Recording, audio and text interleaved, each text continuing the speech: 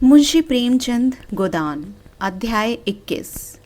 देहातों में साल के 6 महीने किसी न किसी उत्सव में ढोल मंजीरा बजता रहता है। होली के 1 महीना पहले से 1 महीना बाद तक फाग उड़ती रहती है। आषाढ़ लगते ही आल्हा शुरू हो जाता है और सावन भादों में कजलियां होती हैं। कजलियों के बाद रामायण गान होने लगता है। सेमरी भी अपवाद नहीं है।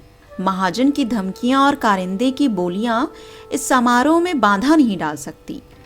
घर में अनाज नहीं है, देह पर कपड़े नहीं हैं, गांठ में पैसे नहीं हैं, कोई परवाह नहीं। जीवन की आनंद वृत्ति तो दबाई नहीं जा सकती, हंसे बिना तो जिया नहीं जा सकता। ये होली में गाने बजाने का मुख्य स्थान नोखे राम की चौपाल थी। वहीं भंग बनती थी, वहीं रंग उड़ता था, वहीं नाच होता था। इस उत्सव में कारिंदा साहब के 10-5 रुपए खर्च हो जाते थे और किसमें यह सामर्थ्य थी कि अपने द्वार पर जलसा कराता। लेकिन अबरी गोबर ने गांव के सारे नवयुवकों को अपने द्वार पर खींच लिया है और नोखेराम के चौपाल खाली पड़ी हुई है। गोबर के द्वार भंग घूट रही है, पान के बीड़े लग रहे हैं, रंग घुला जा रहा है, फर्श बिछा हुआ है, गाना हो रहा है और चौपाल में सन्नाटा छाया हुआ है। भंग रखी हुई है, पीसे कौन? ढोल मंजीरा सब मौजूद हैं, पर गाए कौन? जिसे देखो गोबर के द्वार की ओर दौड़ा चला जा रहा है। यहाँ भंग में गुलाब जल और केसर और बादाम की बहार है। हाँ, सेर भर बादाम गोबर खुद लाया। पीते ही चोला तर हो जाता है, आंखें खुल जाती हैं। खमीरा तंबाकू लाया है, खास बिस्वा की। रंग में भी केवरा छोरा है। रुपए कमाना भी जानता है और खर्च करना भी जानता है। गाड़ कर रख लो तो कौन देखता है। धन की यही शोभा है। और केवल भंग ही नहीं है, जितने गाने वाले हैं सबका नेवता भी है। और गांव में नाचने वालों की कमी है, न गाने वाले की न अभिनय करने वालों की। शोभा ही लंगड़ों की ऐसी नकल करता है कि क्या कोई करेगा। और बोली की नकल करने में तो उसका सानी नहीं है। जिसकी बोली कहो उसकी बोले, आदमी की भी जानवर की भी। गिरधर नकल करने में बेजोड़ है। वकील की नकल वह करे, पटवारी की नकल वह करे, थानेदार की, चपरासी की, सेठ की, सभी की नकल कर सकता है। हाँ, बेचारे के पास वैसा सामान नहीं है, मगर अब की गोबर ने उसके लिए सभी सामान मंगा दिया है और उसकी नकलें देखने जोग होंगी। यह चर्चा इतनी फैली कि सांझ से ही तमाशा देखने वाले जमा होने लगे। आसपास के गांवों से दर्शकों की टोलियां आने लगी। 10 बजते बजते 3-4 हजार आदमी जमा हो गए।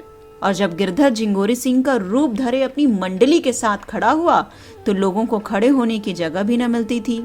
वहीं खलावट सिर, वहीं बड़ी मूछें और वहीं तोन बैठे भोजन कर रहे हैं और पहली ठकुराइन बैठी पंखा झल रही हैं।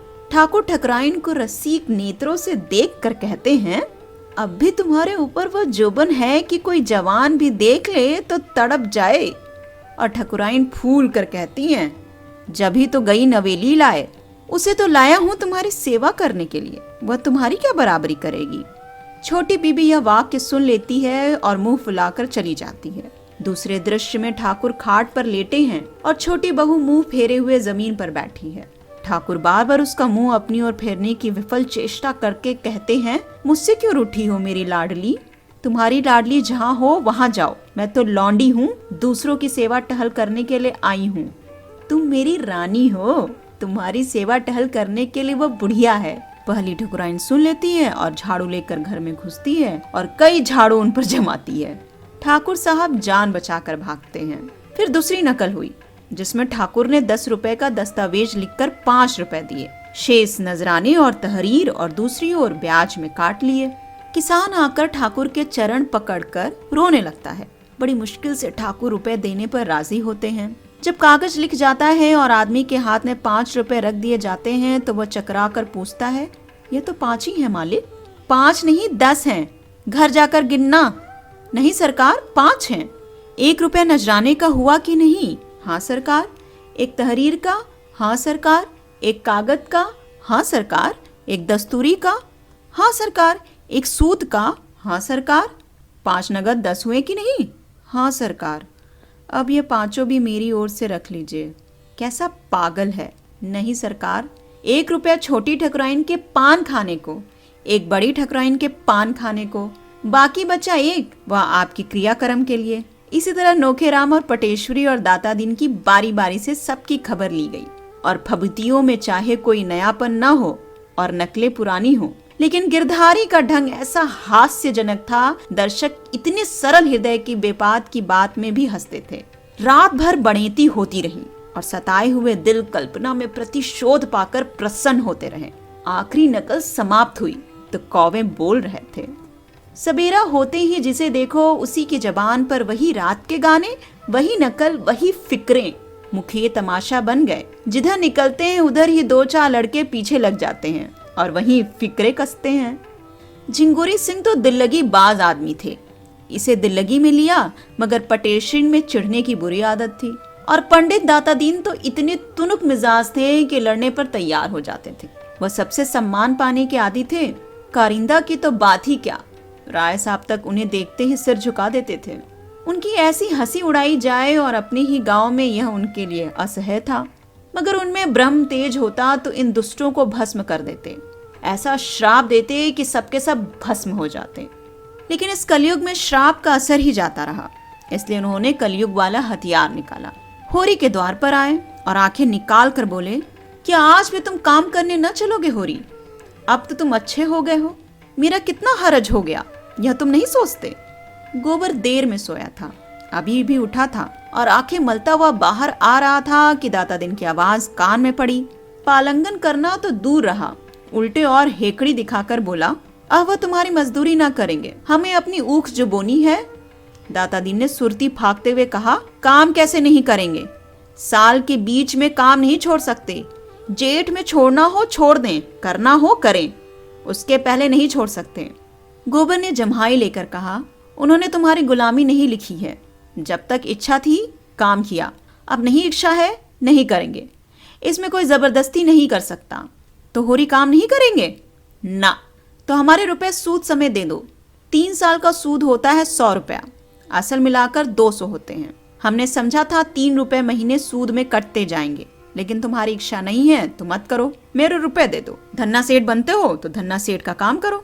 होरी ने दाता दीन से कहा, तुम्हारी चाकरी से मैं कब इनकार करता हूँ महाराज, लेकिन हमारी ऊख भी तो बोने को पड़ी है। गोबर ने बाप को डांटा, कैसी चाकरी और किसकी चाकरी?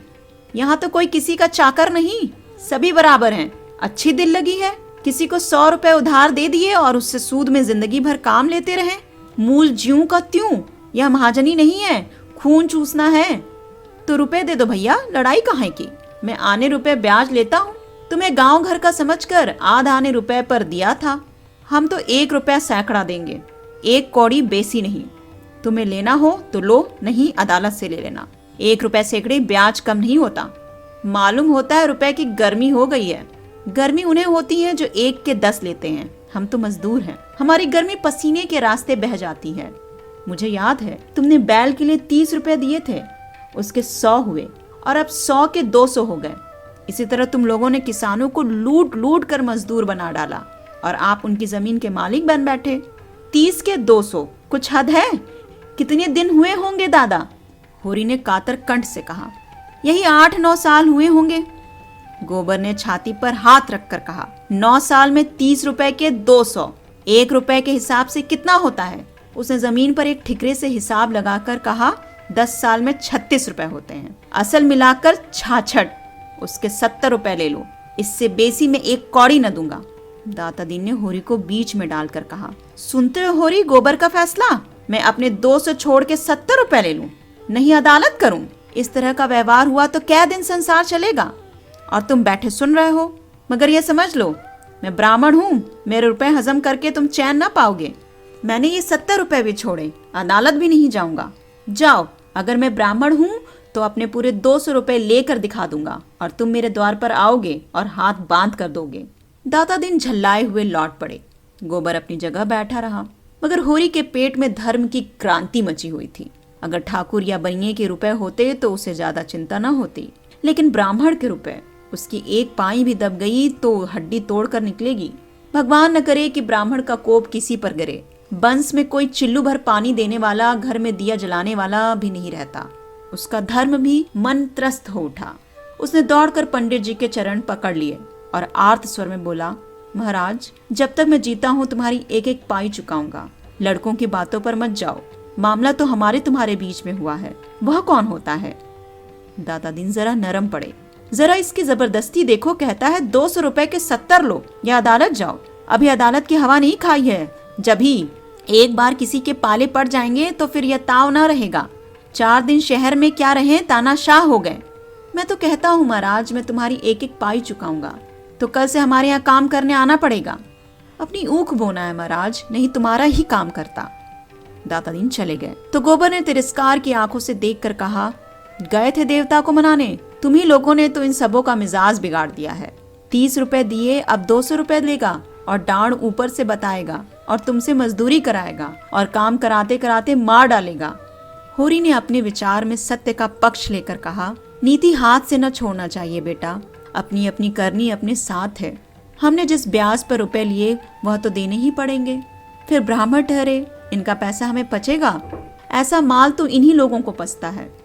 गोबर ने त्यूरियां चढ़ाई, नीति छोड़ने को कौन कह रहा है, और कौन कह रहा है कि ब्राह्मण का पैसा दबा लो। मैं तो यही कहता हूँ कि इतना सूद नहीं देंगे। बंक वाले 12 आने सूद लेते हैं, तुम 1 रुपए ले लो और क्या किसी को लूट लोगे? उनका रोया जो दुखी होगा हुआ करे, उनके दुखी होने के डर से हम बिल क्यों खो दें? बेटा, जब तक मैं जीता हूँ मुझे अपने रास्ते चलने दो, जब मैं मर जाऊं तो तुम्हारी जो इच्छा हो वो करना। तो फिर तुम ही देना, मैं तो अपने हाथों अपने पाँव में कुल्हाड़ी ना मारूंगा। मेरा गधापन था कि तुम्हारे बीच में बोला, तुमने खाया है तुम भरो, मैं क्यों अपनी जान दूं। यह कहता हुआ गोबर भीतर चला गया। झुनिया ने पूछा, आज सवेरे सवेरे दाता से क्यों उलझ पड़े? गोबर ने सारा वृत्तांत कह सुनाया और अंत में बोला, इनके ऊपर ऋण का बोझ इसी तरह बढ़ता जाएगा, मैं कहाँ तक भरूंगा? उन्होंने कमा कमा कर दूसरों का घर भरा है, मैं क्यों उनकी खोदी हुई खंदक में गिरूं? इन्होंने मुझसे पूछकर कर्ज नहीं लिया, न मेरे लिए लिया, मैं उसका देनदार नहीं हूँ। उधर मुखियों में गोबर को नीचा दिखाने के लिए षड्यंत्र रचा जा रहा था। यह लौंडा शिकंजे में ना कसा गया तो गांव में अधर्म मचा देगा। प्यादे से फर्जी हो गया है ना, टेढ़े तो चलेगा ही। जाने कहां से इतना कानून सीख आया है। कहता है रुपए सैकड़े सूद से बेसी न दूंगा, लेना हो तो लो, नहीं अदालत जाओ। रात इसने सारे गांव के लौंडों को बटोर कर कितना अनर्थ किया, लेकिन मुखियों में भी ईर्ष्या की कमी न थी। सभी अपने बराबर वालों के परिहास पर प्रसन्न थे। पटेश्वरी और नोखेराम में बातें हो रही थीं। पटेश्वरी ने कहा, मगर सबों को घर घर की रत्ती रत्ती का हाल मालूम है। झिंगोरी सिंह को तो सबों ने ऐसा रगेटा कि कुछ न पूछो। दोनों ठकुराइनों की बातें सुन सुनकर लोग हंसी के मारे लौट गए। नोखेराम ने डट्टा मारकर कहा, मगर नकल सच्ची थी। मैंने कई बार उनकी छोटी बेगम को द्वार पर खड़े लौंडों से हंसी करते देखा है, और बड़ी रानी काजल और सिंदूर और महावर लगाकर जवान बनी रहती हैं। दोनों में रात दिन छिड़ी रहती है। झिंगोरी पक्का बेहया है, कोई दूसरा होता तो पागल हो जाता। सुना तुम्हारी बड़ी भद्दी नकल की, चमरिया के घर में बंद करा के पिटवाया। मैं तो बचा पर बकाया लगान का दावा करके ठीक कर दूंगा। वो भी क्या याद करेंगे कि किसी से पाला पड़ा था। लगान तो उसने चुका दिया है ना, लेकिन रसीद तो मैंने नहीं दी। सबूत क्या है कि लगान चुका दिया है? और यहाँ कौन हिसाब किताब देखता है? आज ही प्यादा भेजकर बुलाता हूँ। होरी और गोबर दोनों ऊख बोने के लिए खेत सींच रहे थे। अब की ऊख की खेती होने की आशा तो थी नहीं, इसलिए खेत परती पड़ा हुआ था। अब बैल आ गए हैं तो ऊख क्यों न बोई जाए। मगर दोनों जैसे 36 बने हुए थे, न बोलते थे न ताकते थे। होरी बैलों को हाँक रहा था और गोबर मोट ले रहा था। सोना और रूपा दोनों खेतों में पानी दौड़ा रही थीं कि उनमें झगड़ा हो गया। विवाद का विषय यह था कि झिंगोरी सिंह को छोटी ठकुराइन पहले खुद खाकर पति को खिलाती हैं या पति को खिलाकर तब खुद खाती हैं। सोना कहती थी पहले वह खुद खाती हैं। रूपा का मत इसके प्रतिकूल था। रूपा ने जिरह की, अगर वह पहले खाती है तो क्यों मोटी नहीं है? ठाकुर क्यों मोटे हैं? अगर ठाकुर उन पर गिर पड़े तो ठकुराइन पिस जाएं। सोना ने प्रतिवाद किया, तो समझती है अच्छा खाने से लोग मोटे हो जाते हैं? अच्छा खाने से लोग बलवान होते हैं, मोटे नहीं होते। मोटे होते हैं घास भात खाने से। तो ठकुराइन ठाकुर से बलवान है और क्या। अभी उस दिन दोनों में लड़ाई हुई तो ठकुराइन ने ठाकुर को ऐसा ढकेला कि उनके घुटने फूट गए। तो तू भी पहले आप खाकर तब जीजा को खिलाएगी और क्या। अम्मा तो पहले दादा को खिलाती हैं, तभी तो जब देखो तब दादा डांट देते हैं। मैं बलवान होकर अपने मर्द को काबू में रखूंगी। तेरा मर्द तुझे पीटेगा, तेरी हड्डी तोड़ कर रख देगा। रूपा रुआसी होकर बोली, क्यों पीटेगा? मैं मार खाने का काम ही न करूंगी। वह कुछ न सुनेगा। तूने जरा भी कुछ कहा और वह मार चलेगा। मारते मारते तेरी खाल उधड़ लेगा। रूपा ने बिगड़कर सोना की साड़ी दांतों से फाड़ने की चेष्टा की और असफल होने पर चुटकियां काटने लगी। सोना ने और चढ़ाया, वह तेरी नाक भी काट लेगा। इसी पर रूपा ने बहन को दांत से काट खाया। सोना की बाह लहुआ गई। उसने रूपा को जोर से ढकेल दिया। वह गिर पड़ी और उठकर रोने लगी। सोना भी दांतों के निशान देखकर रो पड़ी। उन दोनों का चिल्लाना सुनकर गोबर गुस्से में भरा हुआ आया और दोनों को दो दो घूंसे जड़ दिए। दोनों रोती हुई खेत से निकलकर घर चल दी। सिंचाई का काम रुक गया। इस पर पिता पुत्र में एक झड़प हो गई। होरी ने पूछा, पानी कौन चलाएगा? दौड़े दौड़े गए, दोनों को भगाए। अब जाकर मना क्यों नहीं लाते? तुम ही ने इन सबों को बिगाड़ रखा है। उस तरह मारने से और भी निर्लज हो जाएंगी। 2 जून खाना बंद कर दो, अपने आप ठीक हो जाएं। मैं उनका बाप हूँ, कसाई नहीं हूँ। पाँव में एक बार ठोकर लग जाने के बाद किसी कारण से बार बार ठोकर लगती है और कभी कभी अंगूठा पक जाता है और महीनों कष्ट देता है। पिता और पुत्र के सद्भाव को आज उसी तरह की चोट लग गई थी और उस पर यह तीसरी चोट पड़ी। गोबर ने घर जाकर झुनिया को खेत में पानी देने के लिए साथ लिया। झुनिया बच्चे को लेकर खेत में गई। धनिया और उसकी दोनों बेटियां ताकती रहीं। माँ को भी गोबर की यह उद्दंडता बुरी लगती थी। रूपा को मारता तो वह बुरा न मानती, मगर जवान लड़की को मारना यह उसके लिए असह्य था। आज ही रात को गोबर ने लखनऊ लौट जाने का निश्चय कर लिया। यहाँ अब वह नहीं रह सकता। जब घर में उसकी कोई पूछ नहीं है तो वह क्यों रहे? वह लेन देन के मामले में बोल नहीं सकता। लड़कियों को जरा मार दिया तो लोग ऐसे जामे के बाहर हो गए मानो वह बाहर का आदमी है। तो इस सराय में वह न रहेगा। दोनों भोजन करके बाहर आए थे कि नोखेराम के प्यादे ने आकर कहा, चलो कारिंदा साहब ने बुलाया है। रात को क्यों बुलाते हैं? मैं तो बाकी दे चुका हूँ। प्यादा बोला, मुझे तो तुम्हें बुलाने का हुक्म मिला है। जो कुछ अरज करना हो वहीं चलकर करना। होरी की इच्छा न थी मगर जाना पड़ा। गोबर विरकत सा बैठा रहा। आध घंटे में होरी लौटा और चिलम भरकर पीने लगा। अब गोबर से न रहा गया। पूछा, किस मतलब से बुलाया था? होरी ने भराई हुई आवाज में कहा, मैंने पाई पाई लगान चुका दिया। वो कहते हैं तुम्हारे ऊपर 2 साल की बाकी है। अभी उस दिन मैंने ऊख बेची, 25 रुपए वही उनको दे दिए और आज वो 2 साल का बाकी निकालते हैं। मैंने कह दिया मैं एक धेला ना दूंगा। गोबर ने पूछा, तुम्हारे पास रसीद तो होगी? रसीद कहाँ देते हैं? तो तुम बिना रसीद लिए रुपए देते ही क्यों हो? मैं क्या जानता था वह लोग बेईमानी करेंगे। यह सब तुम्हारी करनी का फल है। तुमने रात को उनकी हंसी उड़ाई, यह उसी का दंड है। पानी में रहकर मगर से बैर नहीं किया जाता। सूद लगाकर 70 रुपए बाकी निकाल दिए, या किसके घर से आएंगे? गोबर ने अपनी सफाई देते हुए कहा, तुमने रसीद ले ली होती तो मैं लाख उनकी हंसी उड़ाता। तुम्हारा बाल भी बाका न कर सकते।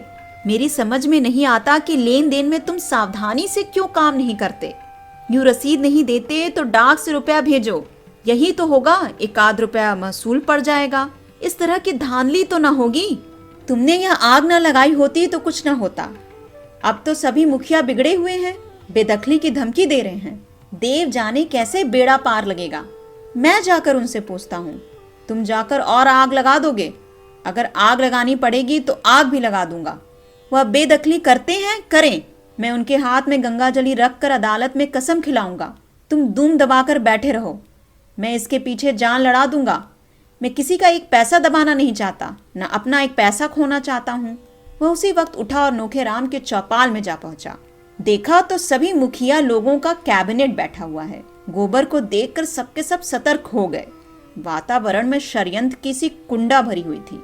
गोबर ने उत्तेजित कंठ से पूछा, यह क्या बात है कारिंदा साहब कि आपको दादा ने हाल तक का लगान चुकता कर दिया और आप सभी 2 साल की बाकी निकाल रहे हैं? यह कैसा गोलमाल है? नोखेराम ने मसनद पर लेटकर रोब दिखाते हुए कहा, जब तक होरी है मैं तुमसे लेन देन की कोई बातचीत नहीं करना चाहता। गोबर ने आहत स्वर में कहा, तो मैं घर में कुछ नहीं हूँ? तुम अपने घर में सब कुछ होगे, यहाँ तुम कुछ नहीं हो। अच्छी बात है, आप बेदखली दायर कीजिए। मैं अदालत में तुमसे गंगाजली उठाकर रुपए दूंगा। इसी गांव में 100 शहादतें दिलाकर साबित कर दूंगा कि तुम रसीद नहीं देते। सीधे सीधे किसान हैं, कुछ बोलते नहीं, तो तुमने समझ लिया कि सब काठ के उल्लू हैं। राय साहब वहीं रहते हैं जहां मैं रहता हूँ। गांव के सब लोग उन्हें हौवा समझते होंगे, मैं नहीं समझता। रत्ती रत्ती हाल कहूंगा और देखूंगा तुम कैसे मुझसे दोबारा रुपए वसूल कर लेते हो। उसकी वाणी में सत्य का बल था।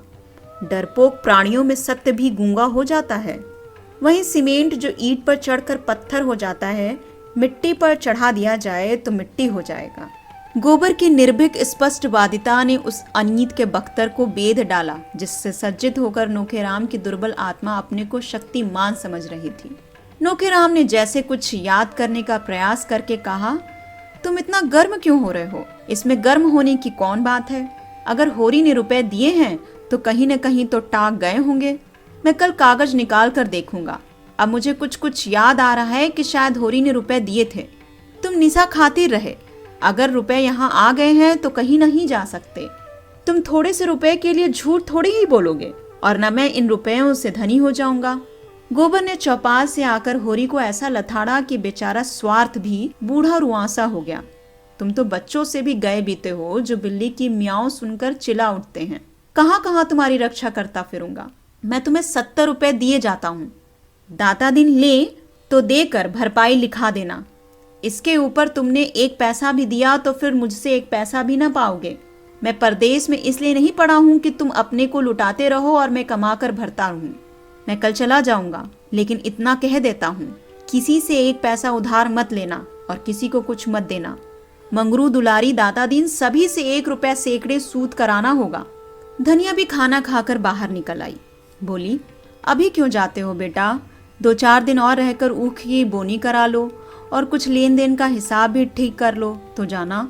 गोबर ने शान जमाते हुए कहा, मेरा 2-3 रुपए रोज का घाटा हो रहा है, यह भी समझती हो। यहाँ मैं बहुत 2-4 आने की मजदूरी ही तो करता हूँ, और अब की मैं झुनिया को भी लेता जाऊंगा।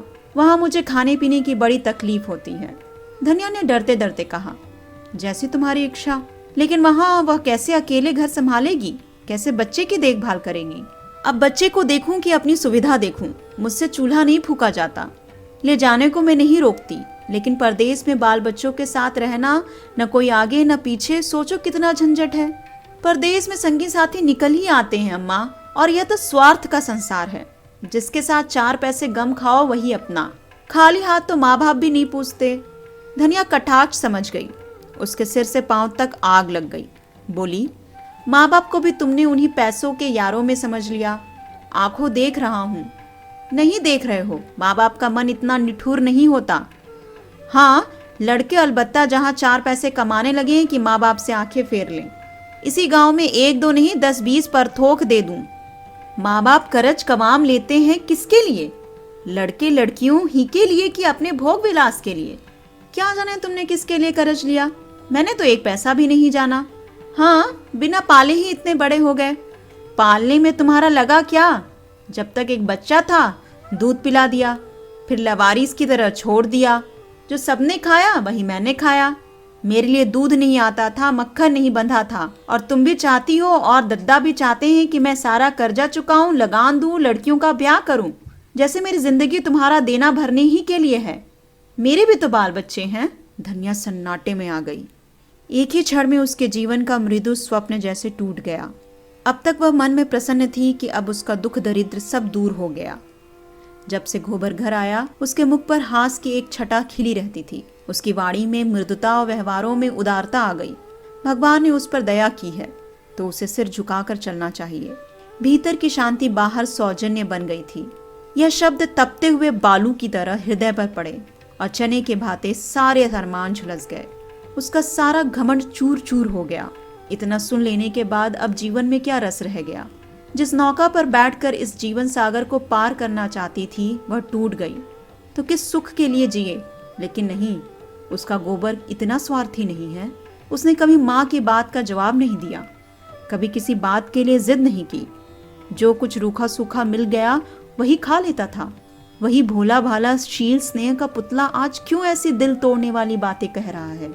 उसकी इच्छा के विरोध तो किसी ने कुछ नहीं कहा। माँ बाप दोनों ही उसका मुंह जोहते रहते हैं। उसने खुद की लेन देन की बात चलाई, नहीं उससे कौन कहता है कि तू माँ बाप का देना चुका? माँ बाप के लिए यही क्या कम सुख है कि वह इज्जत आबरू के साथ भले मानसों की तरह कमाता खाता है। उससे कुछ हो सके तो माँ बाप की मदद कर दे, नहीं हो सकता तो माँ बाप उसका गला ना दबाएंगे। झुनिया को ले जाना चाहता है, खुशी से ले जाए। धनिया ने तो केवल उसकी भलाई के ख्याल से कहा था कि झुनिया को वहां ले जाने में उसे जितना आराम मिलेगा उससे कहीं ज्यादा झंझट बढ़ जाएगा। उसमें ऐसी कौन सी लगने वाली बात थी कि वह इतना बिगड़ उठा। हो न हो यह आग झुनिया ने लगाई है, वहीं बैठे बैठे उसे मंत्र पढ़ा रही है। यहाँ शौक सिंगार करने को नहीं मिलता, घर का कुछ न कुछ काम भी करना पड़ता है।